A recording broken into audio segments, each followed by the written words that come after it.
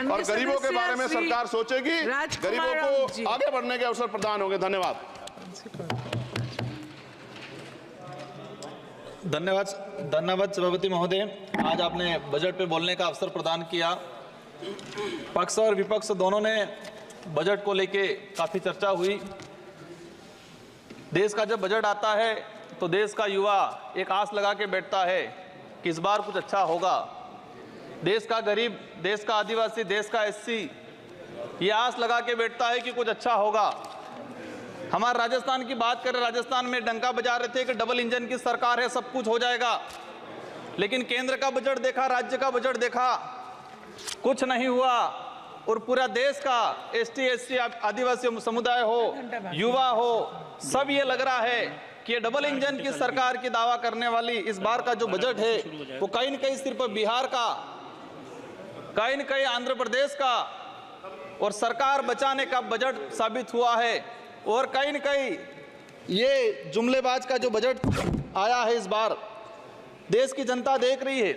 मैं उस लोकसभा क्षेत्र से आता हूं, बांसवाड़ा। मैं बांसवाड़ा डूंगरपुर की जनता को धन्यवाद देना चाहता हूं जिन्होंने मुझे चुन के भेजा। वहां पर हमारे प्रधानमंत्री जी ने कहा था कि जिसकी कोई पहचान नहीं है, जिसका कोई नाम नहीं है, जिसका कोई रिकॉर्ड नहीं है, ऐसे व्यक्ति को जिता के क्या करोगे। लेकिन बांसवाड़ा डूंगरपुर की जनता ने ठान लिया था कि लोकतंत्र है, राजतंत्र नहीं। और ये राजतंत्र तय करने का किसी को ठेका नहीं है, लोकतंत्र है। जनता ने ठान लिया था कि इस बार राजकुमार रोज जाएगा। मैं आपके माध्यम से, पूरे सदन के माध्यम से मेरी जनता को धन्यवाद देना चाहूंगा। मोदी जी ने कहा था वहां के बड़े बुजुर्गों को कि घर घर जाके राम राम बोल देना और चुनाव जिताना।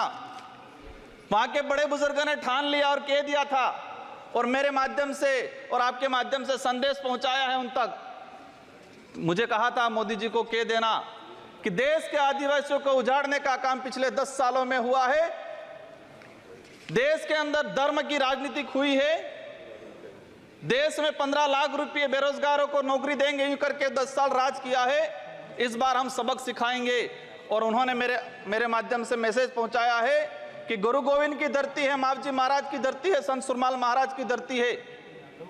मानगढ़ दाप में 1500 आदिवासी शहीद हुए थे। मोदी जी 2 बार आए, लेकिन मानगढ़ के लिए, आदिवासी समुदाय के लिए एक शब्द नहीं बोल के गए, कुछ नहीं करके गए। तो उन्होंने मैसेज पहुंचाया है कि आदिवासी समुदाय जाग गया है और अब वो आदिवासी समुदाय नहीं रहा जो बहकावे में आ जाएगा और वोट दे देगा।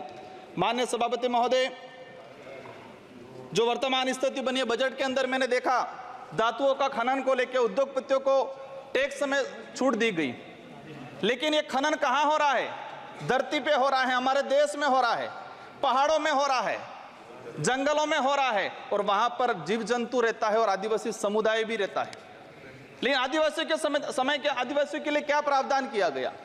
आदिवासी इलाके के अंदर देखा जाए, आदिवासी समुदाय बैठा हुआ है, उसको जमीन का पट्टा नहीं मिला हुआ आज तक, आजादी से पहले से बैठा हुआ है, लेकिन वो जमीन की बात करेगा।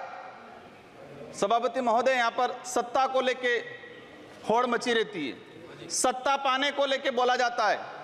मैं जो कहना चाह रहा हूं, हमें सत्ता नहीं चाहिए, हमें हमारा अस्तित्व बचाना है, हमारा स्वाभिमान बचाना है, हमारा जल जंगल जमीन बचाना है। और देखा गया देश के अंदर आदिवासी समुदाय जल जंगल जमीन की बात करता है तो उसको नक्सलवाद का ठप्पा दे दिया जाता है, उसको नक्सलवाद के नाम से मारा जाता है। छत्तीसगढ़ का बस्तर का इलाका हम देखते हैं, 11 साल की बच्ची को मारा जाता है और कहा जाता है कि नक्सलाइट थी। 3-3, 4-4 साल के बच्चों को मारा जाता है, गर्भवती महिलाओं को मारा जाता है। आदिवासियों की, जब भी आदिवासी समुदाय अपने हक अधिकार की बात करता है तो उसको नक्सलाइट का ठप्पा लगाया जाता है।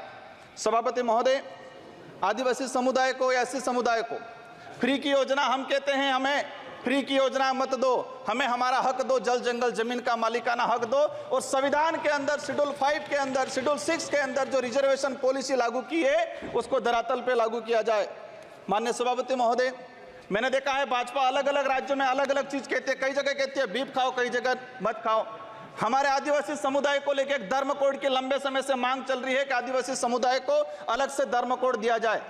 आजादी से पहले 1871 से लगा के 1951 तक अलग जनगणना हुई है।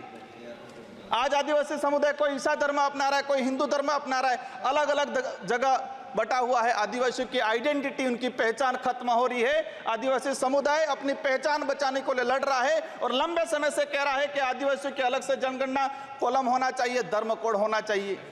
झारखंड के अंदर 11 नवंबर 2020 को झारखंड विधानसभा में प्रस्ताव पास हुआ अलग से आदिवासी धर्म कॉलम को लेके। वहां विपक्ष में भाजपा थी और भाजपा ने समर्थन दिया और कहा कि आदिवासी समुदाय धर्म व्यवस्थाओं में भले हिंदू हो ईसाई उसमें नहीं आता है, आदिवासियों की अलग परंपरा रीति रिवाज है, उनको धर्म कोड जारी किया जाए। लेकिन राजस्थान में अलग तरीके से माहौल बनाया जाता है।